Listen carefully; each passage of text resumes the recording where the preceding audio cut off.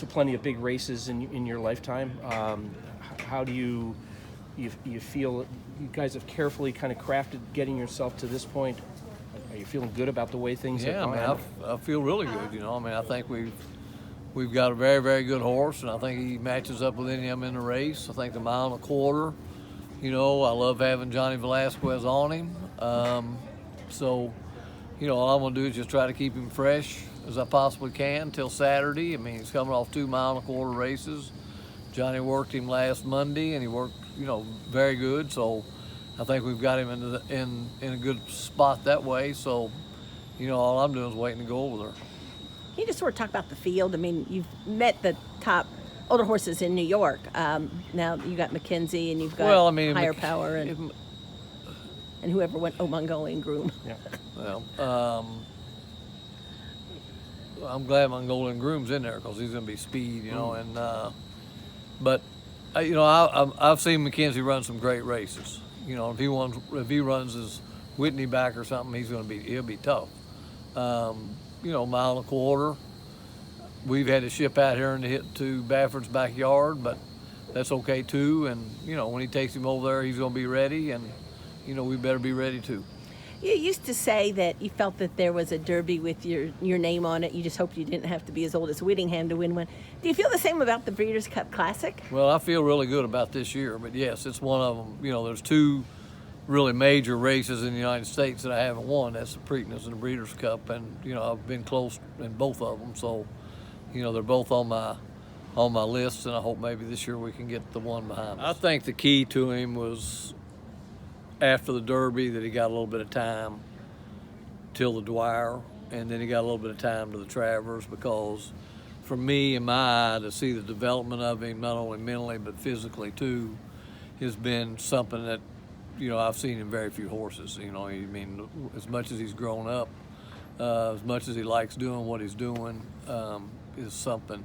And I think a lot of that, it was the Dwyer when, you know, he was kind of back there going a mile, and you know, Johnny kind of made a move and the whole stuff, and he had to kind of bully his way through there. I think the horse learned a lot that day, and I think that maybe we learned a lot about how he wants to run and how he wants to be ridden. And so, you know, I mean, we kind of laugh and say, I wish we had this horse today on Derby Day, but we didn't.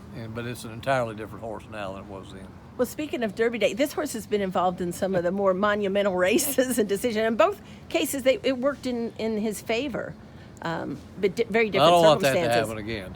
So, well, you know, I do think that, you know, the other day in the Gold Cup we were going to run, I think we were by that horse, and he came out 2, 3, 4 pass, bumped us a couple of times, pretty good, and, you know, we got beat a nose. So you know, I mean, I'm sure Todd thinks it's the wrong call. I think it was the right call. I mean, that's just different barn. So, in the Derby, you know, I mean, we all saw it. I mean, it was a mess, you know, at the quarter pole. And, I mean, I was watching him, so I really didn't see what all was going on the outside of him. But when Johnny came back and jumped off of him, he said to me, whatever Maximum Security saw, Code of Honor saw too, because he said he kind of propped a little bit himself.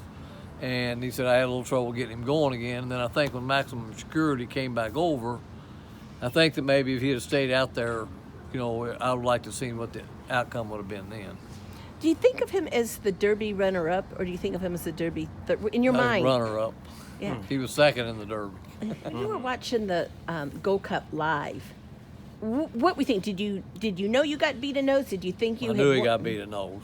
Did you realize how much bumping there was? No, I'm watching it from the side. I knew the horse had come out some, but I looked and said we got beat a nose, and we were walking back. I talked to the jocks where they go down to the jocks room, and there's a TV there, and I saw, you know, objection and inquiry. And I told Allison, I said, we better turn around and walk back this way because something might happen, you know. But I had not seen the bumping part of it until I saw it on TV. And just talk about, you've trained for so many great people, but at this stage of Mr. Farish's life, with a homebred by his, you know, young stallion, having a horse like this. Well, Mr. Farish has always been good to me. Even when I didn't have horses, we were always friends, you know, in that respect. And, usually, I've had some sort of a horse tie-in, and so it's been a lot of fun because I've seen how much fun they've had out of it. And he's had a lot of fun with his family. I know in Mr. Phipps's later years when we got point of entry, and a lot of his family would come see him win. I saw how much pleasure he got out of it.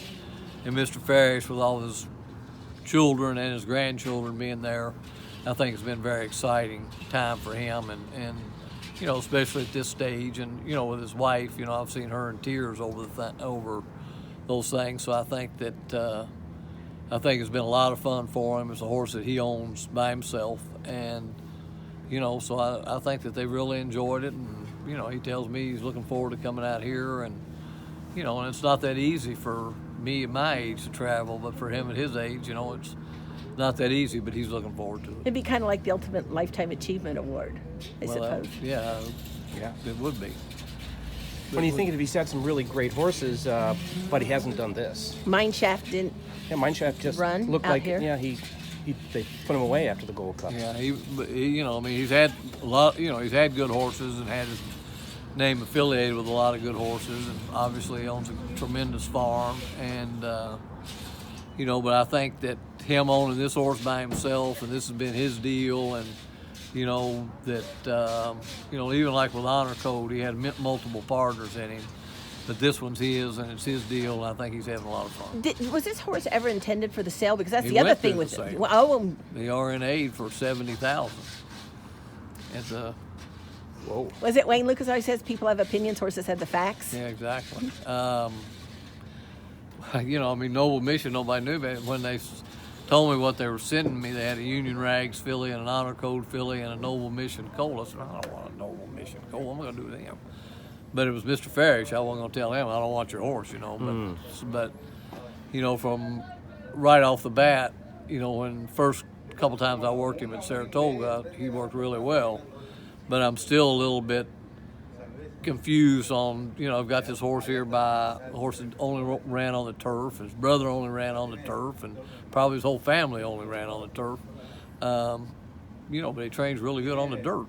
And I remember when he was in the first time, somebody asked Reeve, said, why you run that horse on the dirt? I said, well, he trains good on the dirt. So, I think that if they do train good on the dirt, you might as well give them a chance a time or two. I mean, Woody's philosophy, we'll run them short if they don't run any good. We'll run them back long. If they don't run any good, we'll run them on the grass. But, we've got a little bit more where we can try them a little more on the grass where we can kind of maybe tell the difference back in those days. Now you're looking back and you say, right move, we didn't run in the Preakness, we didn't run in the Belmont, we waited for the Dwyer.